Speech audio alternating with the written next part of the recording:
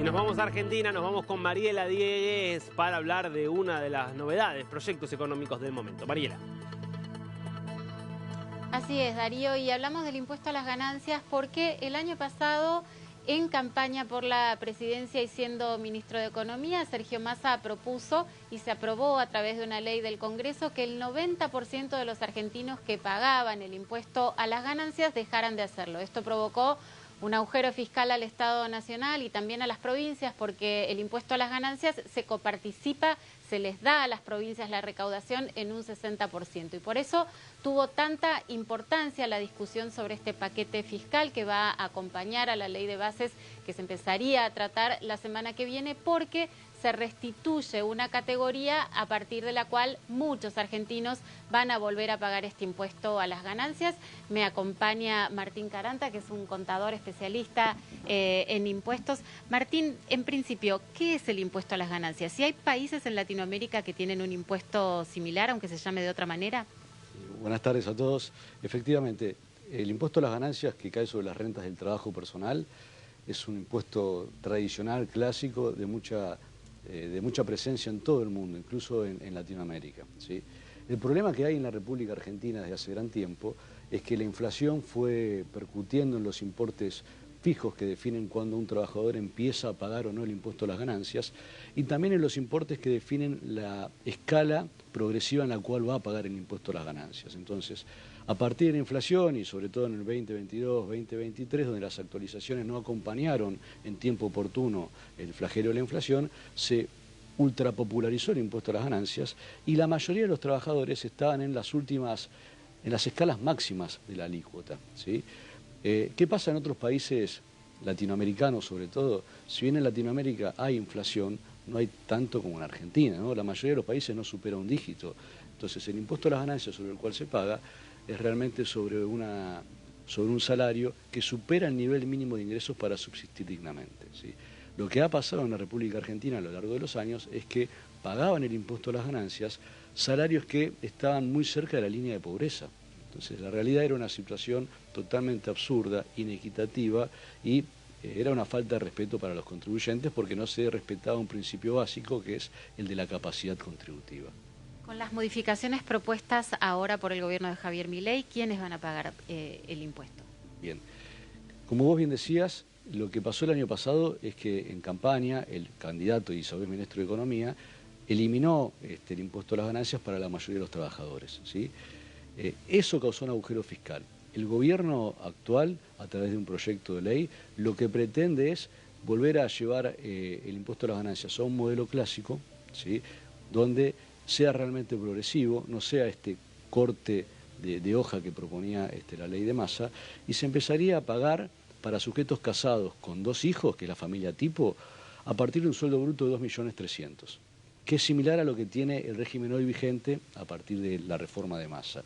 Y para un soltero, a partir de un sueldo bruto de aproximadamente 1.800.000 pesos, ¿sí? La realidad es que la ley vigente que modificó Massa es inequitativa, porque el impuesto a las ganancias debería ser un impuesto progresivo, pero a su vez personal. O sea, la contemplación de las características personales indica que no sería equitativo que pague el mismo impuesto a un sujeto casado y con 2 hijos que un soltero, porque el casado sin duda tiene cargas de familia, como dice la ley, y el soltero no. Entonces, esto justifica que el soltero pague el impuesto a las ganancias un poco antes que el casado, ¿sí?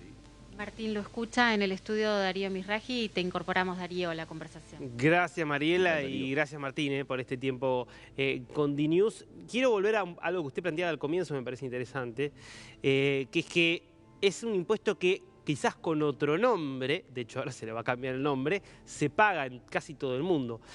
Porque hay un argumento que se ha planteado históricamente por parte sobre todo de los sindicatos en Argentina, que es el salario no es ganancia, entonces no correspondería cobrarle un impuesto a los asalariados. ¿Qué puede responder, digamos, frente a ese planteo y por qué el resto de América Latina, por ejemplo, y del mundo sí cobra ese impuesto, aunque no llamándolo ganancias? Es desacertada la observación que plantean los sindicatos, ¿sí? Porque en realidad el salario puede ser ganancia, y si el salario es ganancia, hace a la capacidad contributiva, hace a la equidad, que se empiece a pagar el impuesto a las ganancias, ¿sí? Entonces, ¿cuándo el salario empieza a ser ganancia? Bueno, cuando los importes que corresponden con el salario superan los ingresos mínimos que un trabajador, que una cabeza de familia necesita para cubrir los gastos de subsistencia dignamente de su familia, ¿sí? Entonces, esos gastos de subsistencia para una vida digna, en las leyes de impuesto a las ganancias, en este caso en la de nuestro país, se cubren con lo que serían las deducciones personales, ¿sí? Vuelvo a lo que mencioné antes, como la inflación fue pulverizando las deducciones personales, el impuesto a las ganancias se fue popularizando, se fue extendiendo en casi todos los trabajadores, donde salarios que realmente no eran ganancias, hay veces que a duras penas cubrían los importes necesarios para una vida digna, pagaban el impuesto a las ganancias, ¿sí? Ahora, la situación hacia el final del gobierno anterior, justo antes de que prácticamente se eliminara el impuesto a las ganancias en plena campaña electoral, recordemos que el ministro de Economía era al mismo tiempo el candidato del oficialismo, y hubo ahí todo un gesto con tinte electoral, es decir, no paga prácticamente más nadie impuesto a las ganancias. En ese momento estaban pagando 850.000 personas, más o menos. No era un número tan importante frente a la totalidad de la masa de trabajadores. Uno no puede decir que pagaba gente que no llegaba a fin de mes, pero había un problema que usted también lo mencionó, que es que muy rápidamente se pagaba, o la mayoría terminaba pagando las alícuotas más altas, que son alícuotas muy altas, incluso a nivel internacional. Eso, ¿con el proyecto actual volvería a ocurrir o se subsana? A ver, a nivel internacional las alícuotas son aproximadamente las mismas que en Argentina. Hay algunos países que tienen una alícuota máxima un poco superior, ¿sí? Por ejemplo, Estados Unidos llega al 37%. El problema está en la progresividad. El gobierno de Massa con la ley 27725 hizo que la progresividad arranque en el 27%, ¿sí? Hasta la alícuota máxima del 35%. Hoy, si no se modificase la ley con el proyecto que se propone, para sujetos que no están alcanzados en la ley de Massa, la alícuota máxima se pagaría con 6,7 millones, caso de autónomos, ¿sí? La propuesta del gobierno actual modifica la ley de impuesto a las ganancias para todos, elimina este impuesto que creó Massa, y la progresividad en los primeros tramos de la escala sería a partir de 1.200.000 pesos de ganancia neta por año, ¿sí?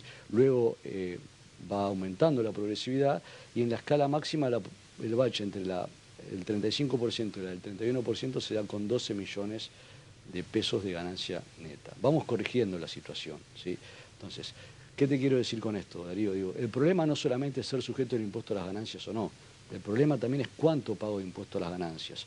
Y cuando un trabajador va directo a la escala máxima, no hay duda de que no se respeta la capacidad contributiva, porque un sujeto que gana un poco más que los ingresos para tener una vida digna respecto de alguno que lo gana holgadamente, evidentemente no tiene la misma capacidad contributiva, ¿sí? Yo creo que es una mejora importante la que propone el gobierno, ¿está bien? Y no hay un dato que no es menor, que en el borrador del proyecto que se conoce, se le da la discrecionalidad al Poder Ejecutivo para que vaya ajustando durante el año 2024 las escalas y las deducciones. ¿Justamente para qué? Para que, bueno, si llega a haber alguna imponderable en lo que es la evolución de la economía, para que eso no repercuta negativamente en el salario de los trabajadores. Le hago, Martín, una última breve y lo dejo con Mariela. ¿Esto tendría un impacto significativo para las finanzas del gobierno nacional y también de las provincias? Entiendo que sí, porque le vuelve a dar a las provincias y al gobierno un recurso sobre muchos trabajadores que se ha perdido, ¿sí? Pero a su vez también a futuro, porque digamos, si mejora la economía y va mejorando también el nivel de ingresos, eso hace que a futuro también las provincias y la nación tengan recursos para cubrir sus necesidades financieras. Clarísimo. Mariela. Nada más que para agradecerle a Martín, Darío, este espacio con DINUS. Recordemos, estas reformas van a estar en marcha a partir de que se apruebe en el Congreso de la Nación la nueva ley Ómnibus con el paquete fiscal que la acompaña. Gracias, Mariela, y muchas gracias, Martín.